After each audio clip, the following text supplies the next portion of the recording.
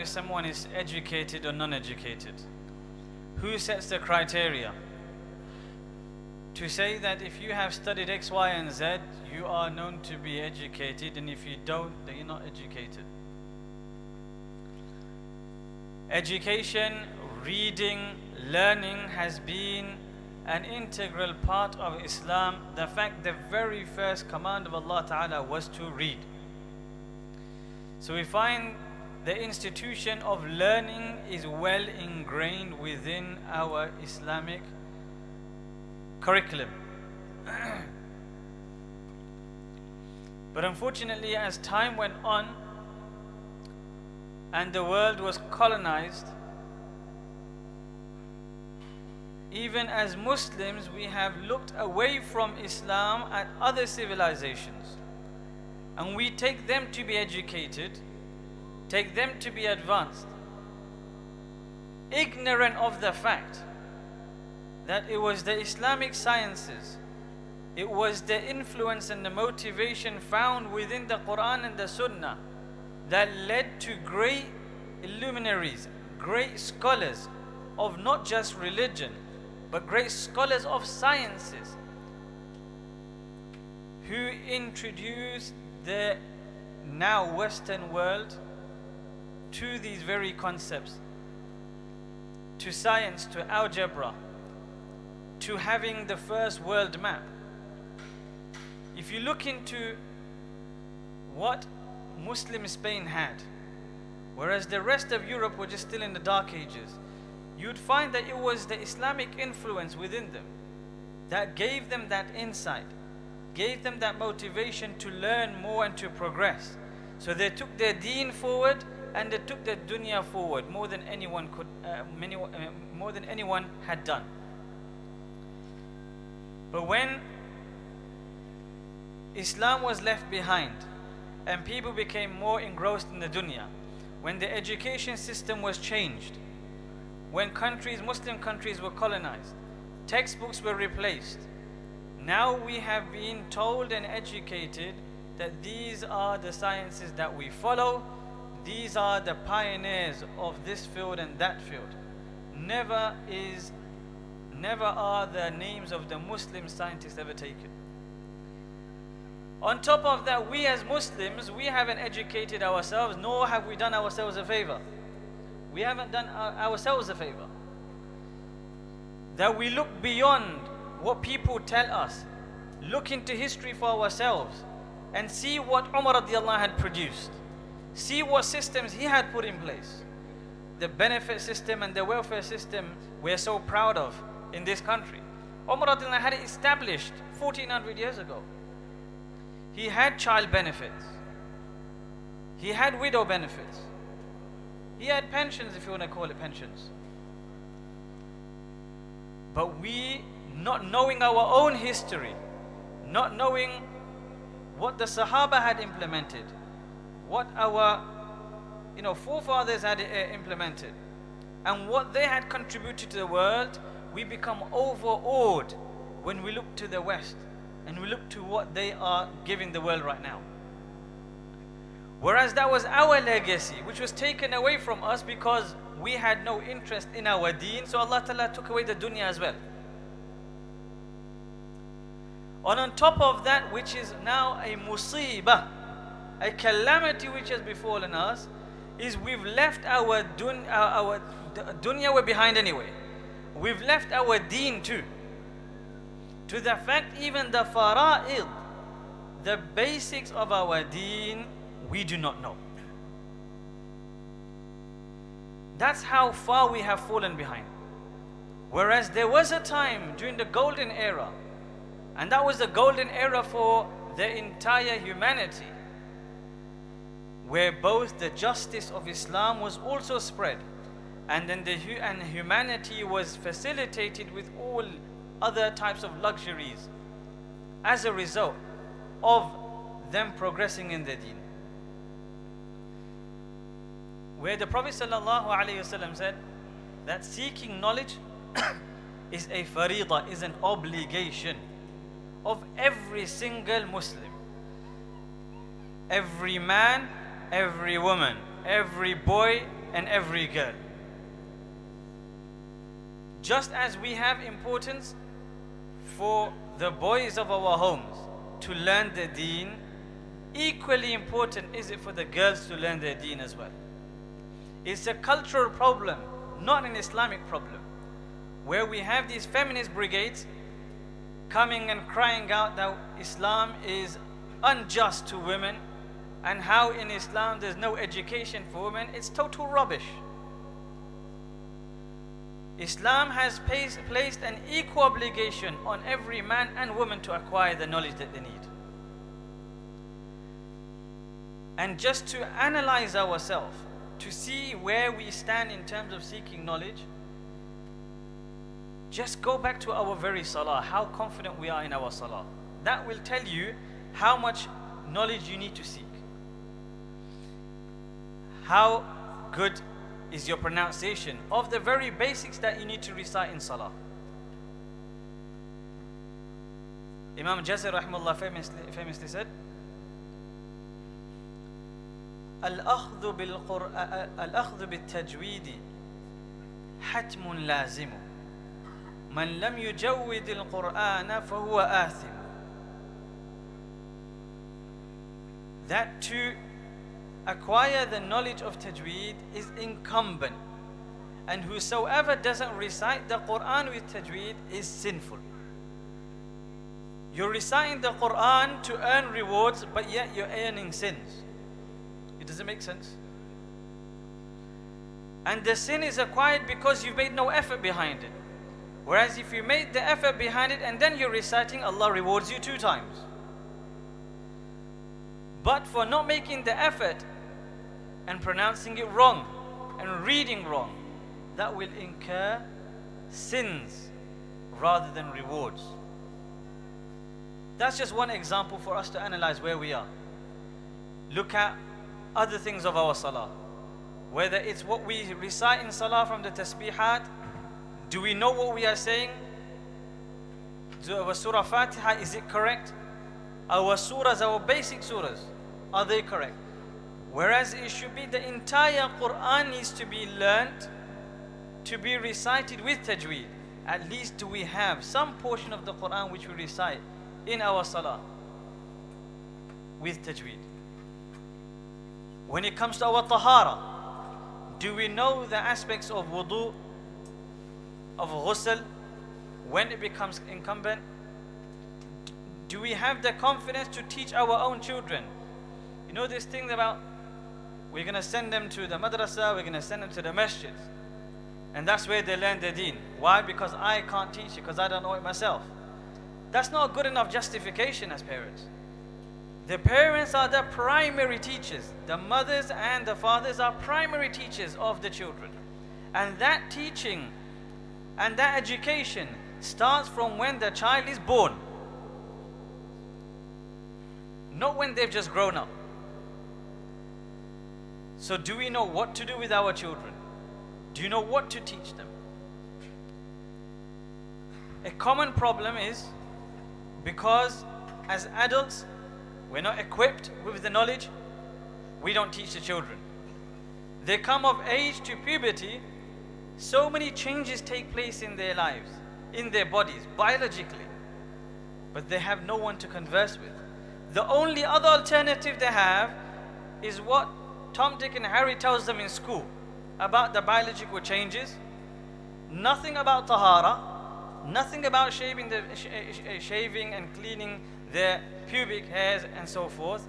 Nothing about menstruation is told them in regards to what Islam says, and we've left it to Tom, Dick and Harry to teach them. One incident, a girl, she reaches puberty. Never have the parents talked to her about bleeding. She starts bleeding, she doesn't know what's going on. She complains about it, she's referred to the GP or the counselors. They said, look, if you want, you can actually take pills and you won't bleed. So from then she's taking pills just so that she doesn't bleed. When she reaches uni, now imagine how many years that's been now, and she's with other friends and they're all talking about their issues, their girl issues. the women issues. She's thinking to herself, I don't experience the same. How come I'm just a girl like them, but I don't experience this? And then she goes back and she reflects after some sort of discussion. She finds out that the pills she has been taking is the one that suppresses those female growths, that feminine growth. And because of taking the pills for such a long time, it's had such an irreversible effect on her life that the things that girls usually go through and grow into, she doesn't have that growth. A simple discussion at home would have solved that problem. But because of the lack of education of both the child and the parent, they end up in these silly situations, sad situations. Whereas that was a faridah, that was an obligation that the children should have learned, the parents should have learned. And these are simple things I'm just giving examples of. Because unfortunately, usually when we hear talks, we always look at somebody else. But we need to introspect, where do we stand? It's my salah, no one else is performing it for me. It's my tahara, no one's going to come and do my tahara for me. That's the way we need to look into it. How much have we learned our deen? Whereas the time of the Prophet ﷺ, they would travel miles. Abu Darda sitting in Damascus. From Medina, Sahabi goes to meet Abu Darda. Abu Darda said, why have you come here for? He said, I've heard that you've heard this hadith directly from Rasulullah sallallahu alaihi wasallam. So I've come to hear the same hadith from you directly. Abu Darda asked, have you come for any other reason? He said, no, nothing else. That's the only reason I've come from Medina to Damascus, to learn this one hadith directly from you, because you had heard it from Rasulullah sallallahu alaihi wasallam. And so Abu Darda radiallahu anhu said, the Prophet sallallahu alaihi wasallam said, whosoever treads a path to go and seek knowledge, Allah Ta'ala makes the path to Jannah easy for him. All the creation of the earth and to the extent of the fish in the sea seek forgiveness for such a person. And the angels also lower their wings in respect and in honor of that person who goes to seek that knowledge. The Prophet ﷺ passed away. Abdullah ibn Abbas, the cousin of Rasulullah ﷺ, he was very young. He says to another Ansari Sahabi, let us go. Right now we have a large number of Sahaba amongst us who have been in the companionship with Rasulullah ﷺ for a long time. Let's go and learn the deen from them. The Ansari Sahaba said, look, with all of these big giant Sahaba around, what good is it going to be for you to go and seek knowledge? Anyway, Abdullah bin Abbas went to each and every Sahabi, learning from each and every Ansari Sahabi. Until a time came when this same Ansari Sahabi says, I saw people flocking to Abdullah bin Abbas to seek knowledge from him. To the extent now he is known as Hibr al-Ummah, Bahr al-Ulum, an ocean of knowledge. Why? Because he went out to seek that knowledge. We as primarily need to learn what things matter to us. If you're working, there's a fiqh behind what you do. You need to learn that. If you're into business, you need to check into what are the Islamic rulings in regards to your business. If you are a parent, there's definitely things that you need to learn as a parent. And likewise, as children and people growing up, there will always be some sort of knowledge which is an obligation for us to learn for that specific time and period of your life. And that's what we need to pay attention to. May Allah Ta'ala give us tawfiq. Ameen.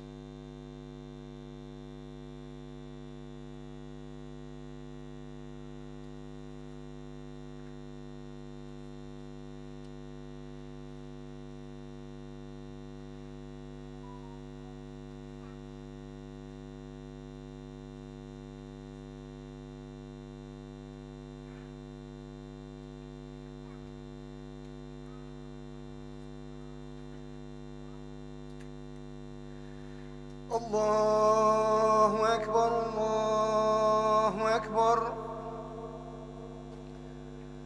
الله أكبر الله أكبر. أشهد أن لا إله إلا الله. أشهد أن لا إله إلا الله. أشهد أن محمدًا رسول الله.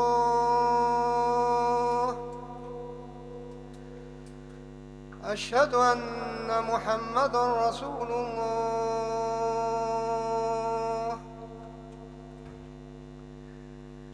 هيا على الصلاة.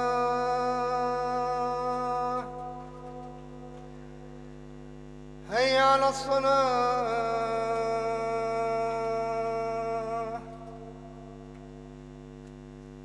هيا على الفلاح.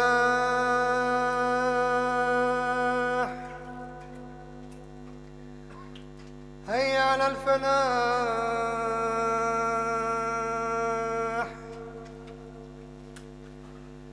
الله أكبر الله أكبر. لا إله إلا الله.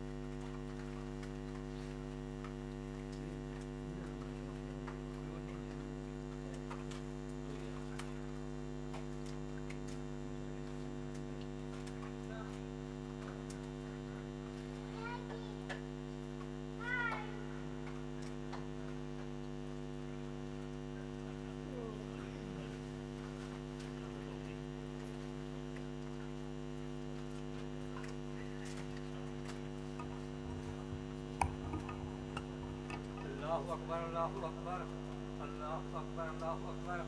أشهد أن لا إله إلا الله. أشهد أن لا إله إلا الله.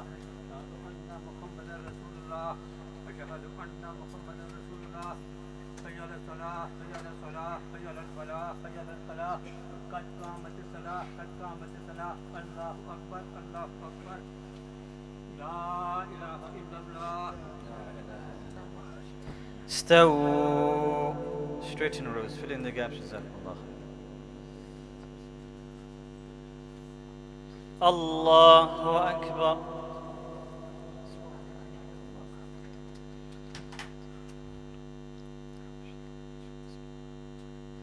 الحمد لله رب العالمين الرحمن الرحيم مالك يوم الدين إياك نعبد وإياك نستعين اهدنا الصراط المستقيم صراط الذين أنعمت عليهم غير المغضوب عليهم ولا الضالين.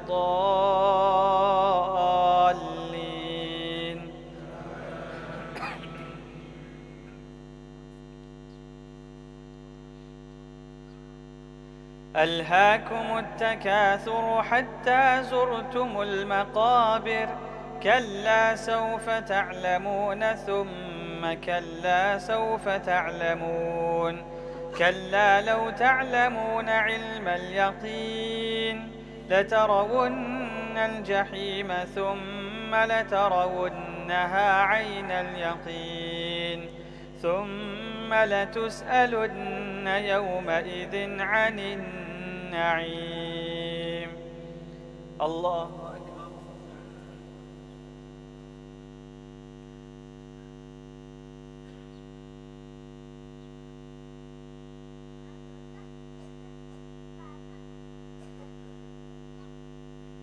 سمع الله لمن حمده.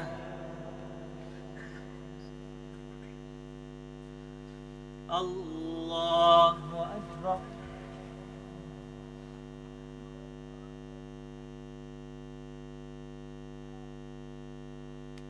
الله أكبر.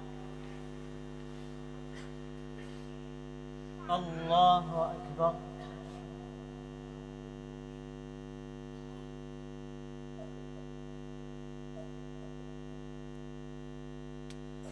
الله أكبر. الحمد لله رب العالمين الرحمن الرحيم مالك يوم الدين إياك نعبد وإياك نستعين اهدنا الصراط المستقيم صراط الذين أنعمت عليهم غير المغضوب عليهم ولا الضالين.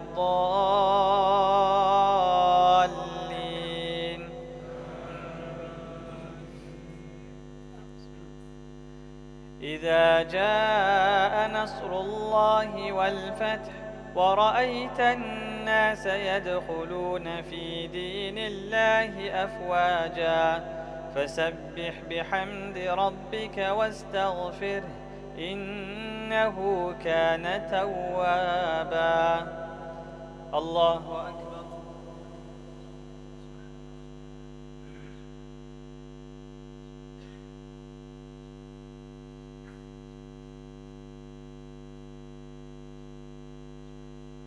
سمع الله لمن حمده.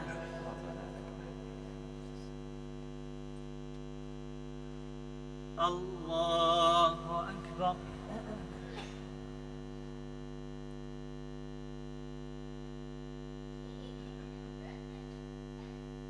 الله أكبر. الله أكبر.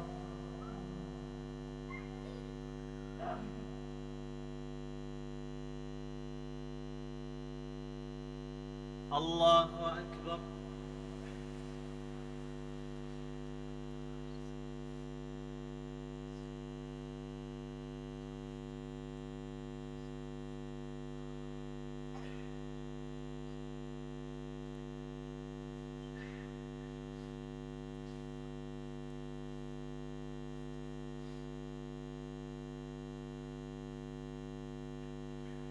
الله أكبر.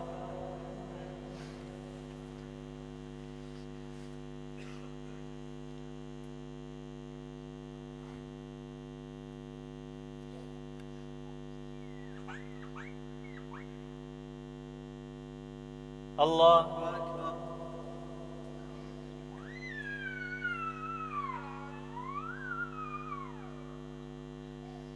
سمع الله لمن حمده. الله أكبر.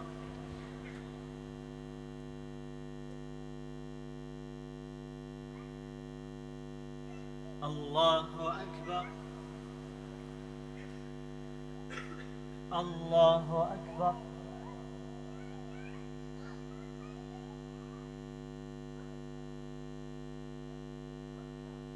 الله أكبر.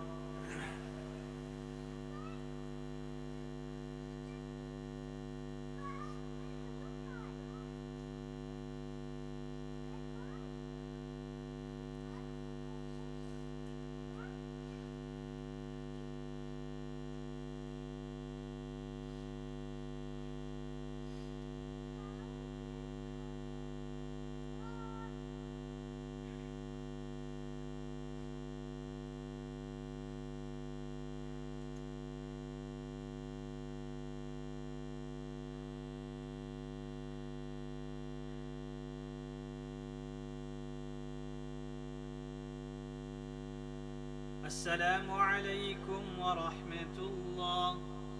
السلام عليكم ورحمة الله.